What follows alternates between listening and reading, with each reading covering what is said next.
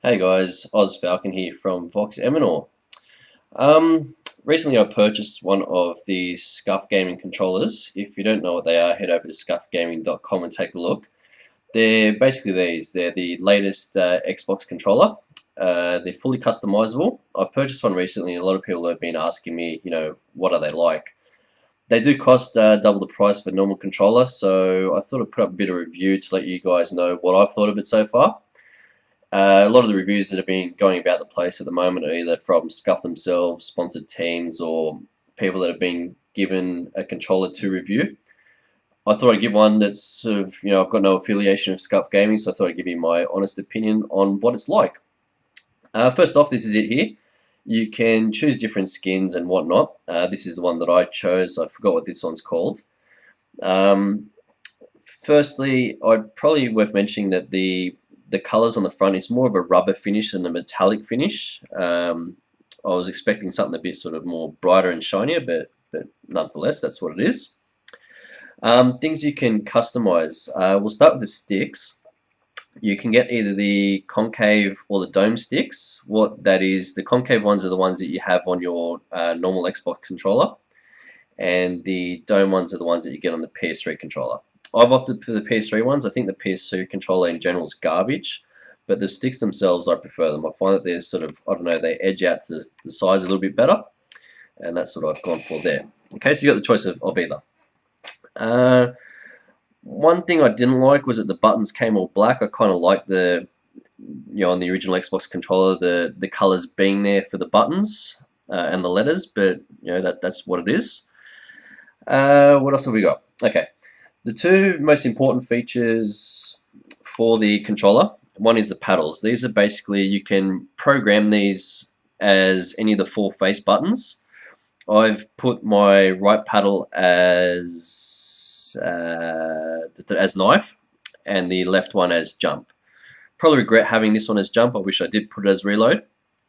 But you can customize them to any of the four face buttons that you like. One of my disappointments I find is that you can't change them once you've already customized it. If you've ever owned a Mad Catz controller, they had the back buttons as well. They were in pretty poor positions, but there was like a little switch that you could change what the back buttons do.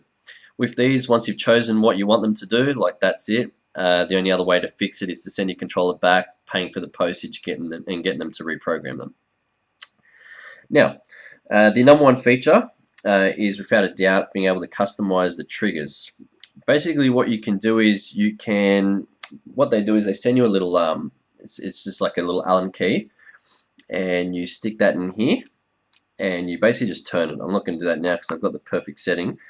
But what it does is you can tweak where the triggers are. You can tweak it so they're all the way at the bottom. So basically, when you don't have to press anything, you just put the game in and it's ready shooting. Or you can lift them all the way to the top where you got to push them all the way down to shoot. Actually surprised that this controller is allowed on the circuits such as MLG.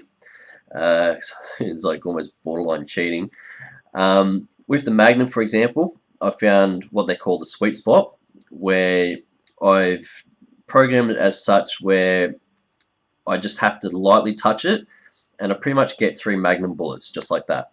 Okay, so you can tweak it that it requires a bit of effort or no effort, and you can tweak it in such a way that that when you press it, it fires X amount of bullets. Okay, if you give it no effort whatsoever, as soon as you touch it, it's just gonna fire. So I find that pretty useful.